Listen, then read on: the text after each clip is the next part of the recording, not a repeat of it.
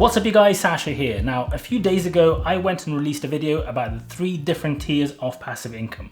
In that video, I did mention that one of the things that I am working on is taking my travel blog from the first to the second tier. And I wanted to talk about that in a bit more detail today because I've come across a lot of challenges and a lot of interesting things that I wanted to discuss because I think a lot of other people who are either in the early stages of building their business or in the early stages of trying to grow their passive income from the slow kind of day-by-day approach where you're putting in the work and it takes a long time for that work to return some kind of results into something that is faster, into something that is bigger and can generate you much bigger returns over time. I want to talk about the struggles of making that step and that jump. I want to talk about the big differences in how you need to think about running a business as a business rather than a side hustle. And let's start by talking about the difference between being a passion and being a business. Now, a lot of people go and start a side hustle in something that they really like. They're going to start a blog about their favorite hobby. They're going to begin producing YouTube videos about that hobby. They're going to do other stuff to do with the thing that they really like, the thing that they are really into, the thing that they care a lot about. And here is one really big thing that I've discovered as I have been turning from doing that to making it a tier 2 business where other people are producing all of the content and I'm managing that production line and improving and automating the process. The thing that I found is it's really hard sometimes when you're doing that to take yourself and disassociate yourself from being really involved in what the process is producing.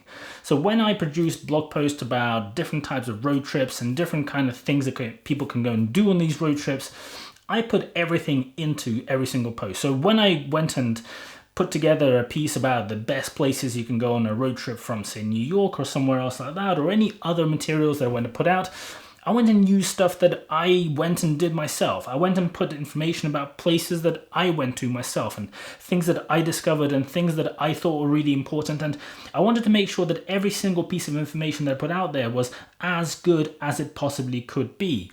And the issue when you begin going to the tier 2 model is that is just simply impossible. So early on when I began hiring writers, I began looking at the content they were producing and then I began editing it.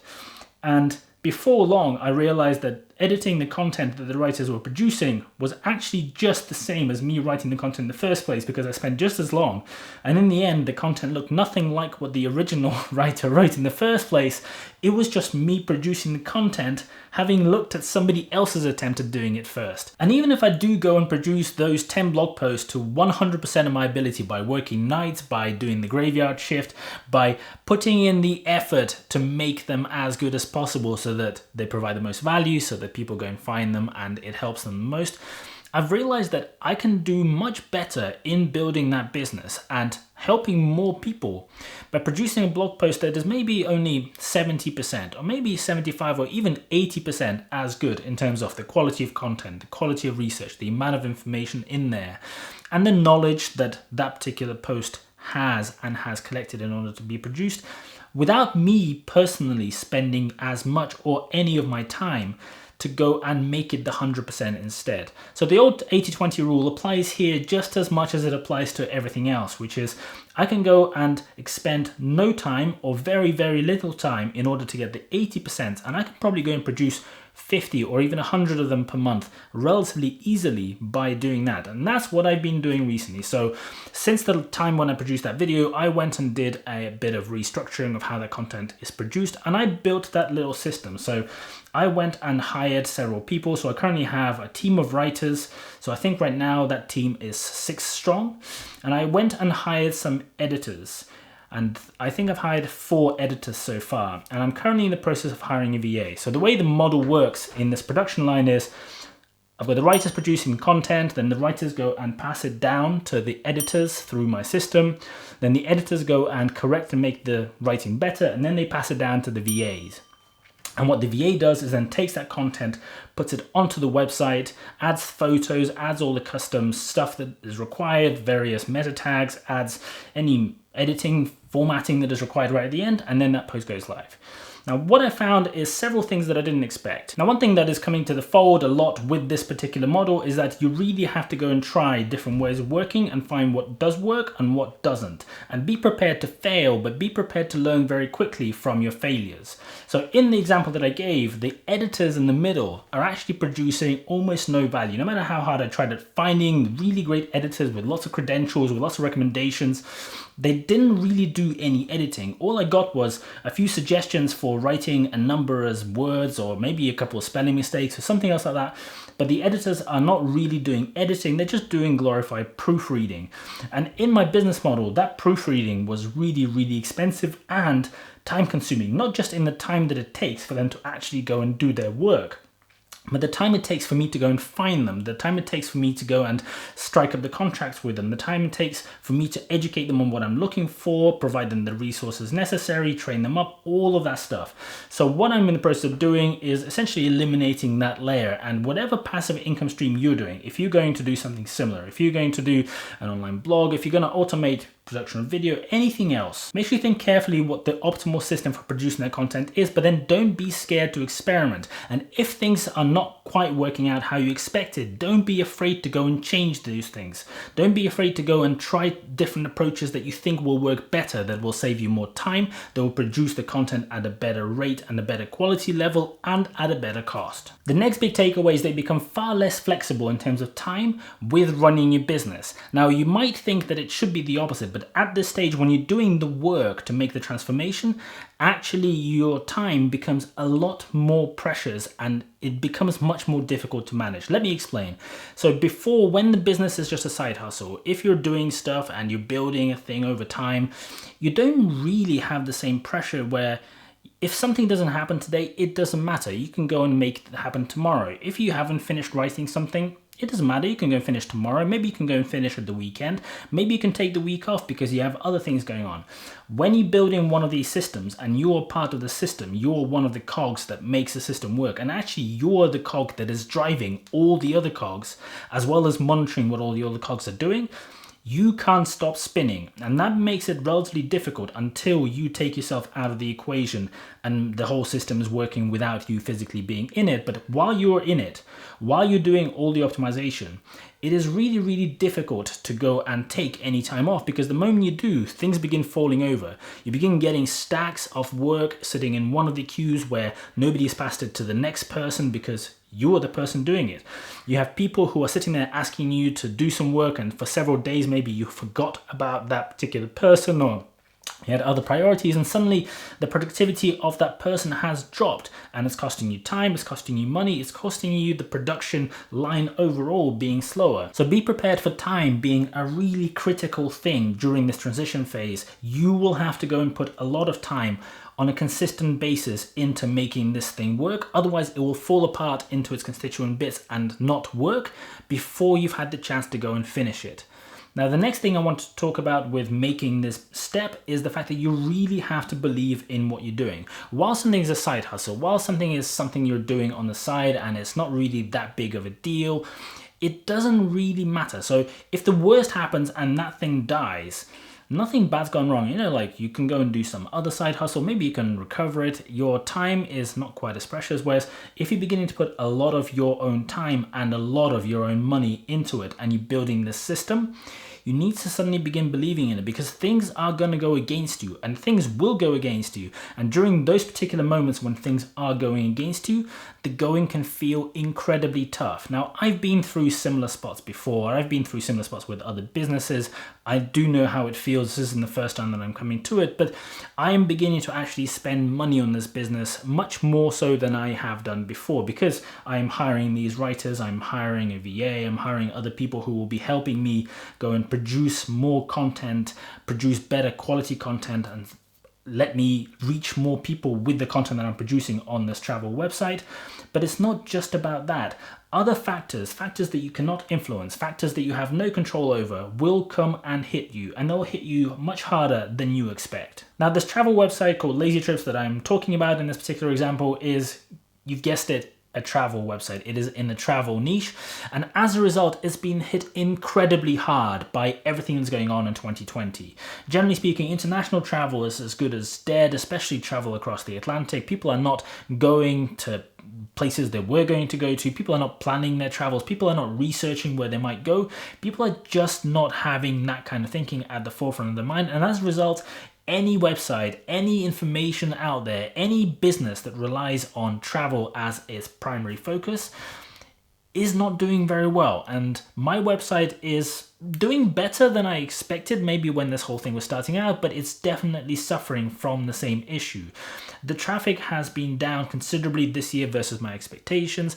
It still has been the best year yet for that website, despite everything, despite whatever's been happening. Because I've been putting in the work, it probably could have been much better had all of this not happened.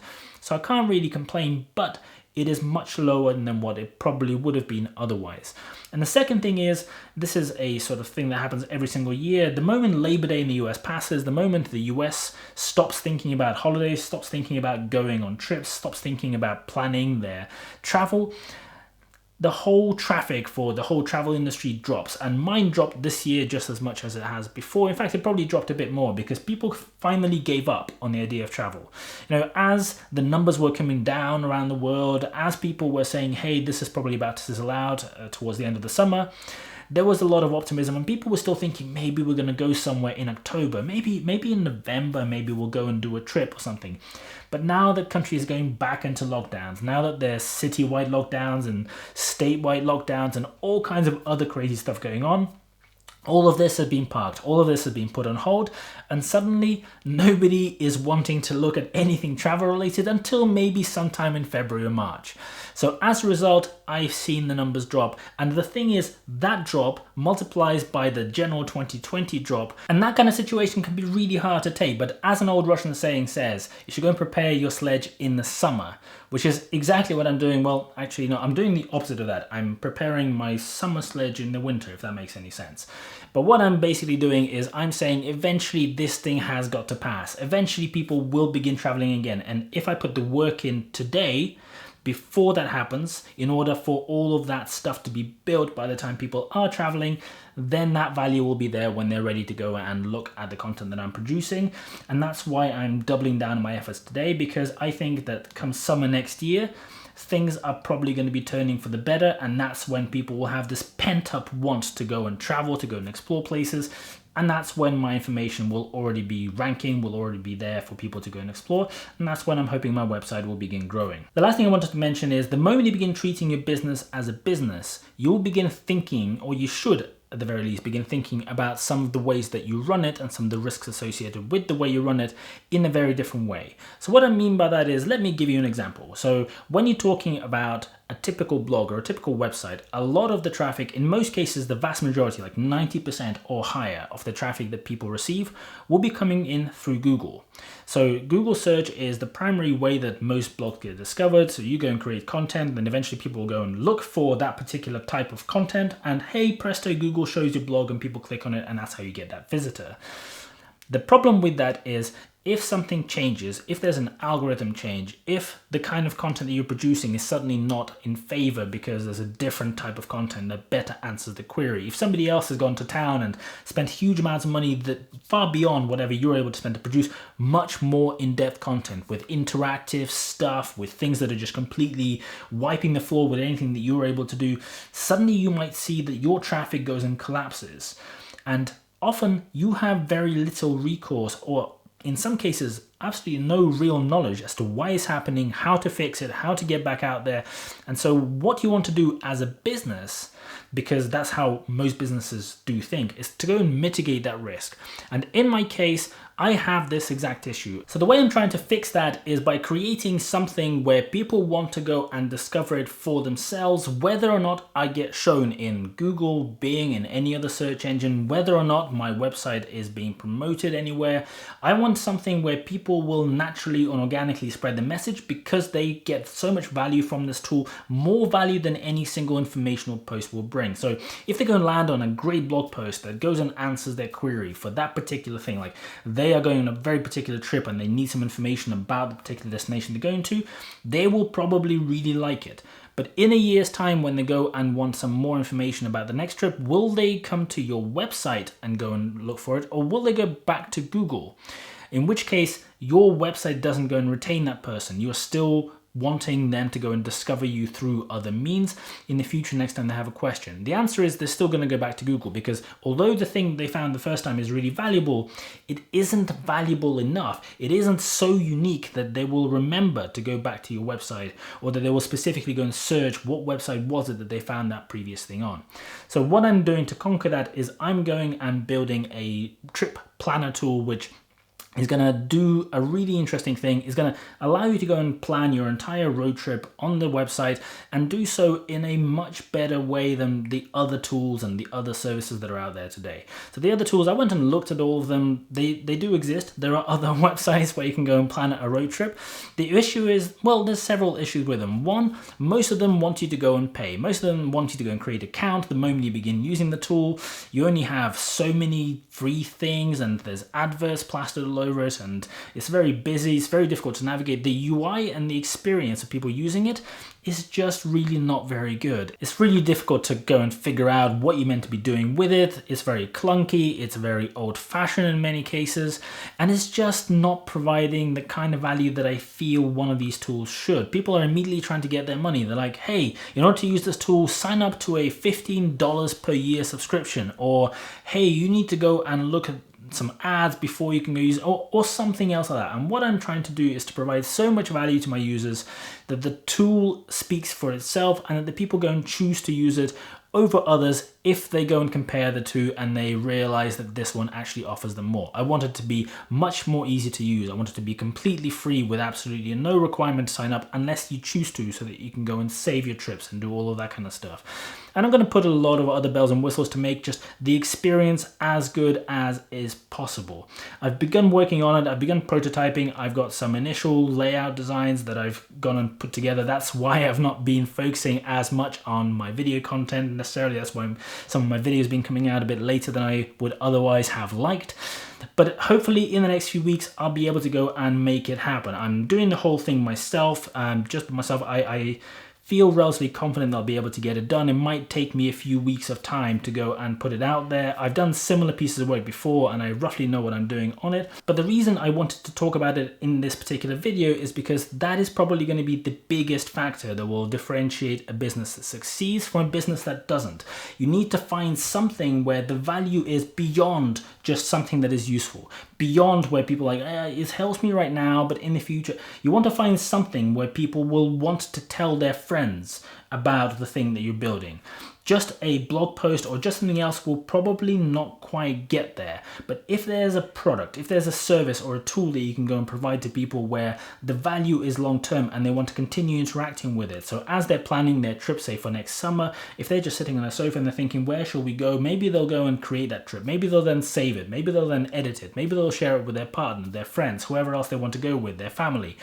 That's what I'm trying to get to here. What I'm trying to get to is people who are becoming loyal fans because the value I'm providing is making them want to interact with the product without me having to go and source them and drag them every single day from Google or wherever else that these people are discovering my website. Whatever you're doing, maybe you're not doing a blog, maybe you're doing something else, it doesn't really matter. Whatever source of passive income that you're building, think about how you can provide that extra amount of value through something that it goes deeper than just surface level information or surface level help that people can get. What kind of tool, service, or benefit can you provide that answers the problem, that answers the want of that customer in a much better way than everything else out there?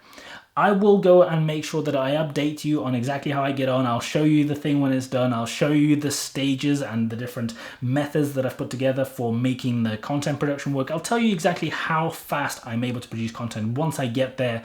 Bear with me, it'll probably take me a few weeks to go and make that video. If you want to find out what happens, if you're interested in exactly how fast I'm able to go and grow this and set this up, make sure you go and subscribe to this channel if you haven't done so already. Make sure you go and hit the bell so that when that video does come out, you get the notification and you can go and watch it. If you're interested in content about personal finance, about making money, making more of the money that you do have, make sure you go and like this video. That is how I am going to be able to go and reach more people. And if I reach more people, I will be able to dedicate more of my time and effort effort to this channel, because this channel needs to grow in order for it to be a valuable way for me to spend my time. So make sure you go and like this video. Make sure you go and tell other people that they need to go and watch it, because this video is valuable, and hopefully this channel will grow and I'll reach more people and I'll be able to do more of this. Thank you so much for watching, and I'll see you guys later.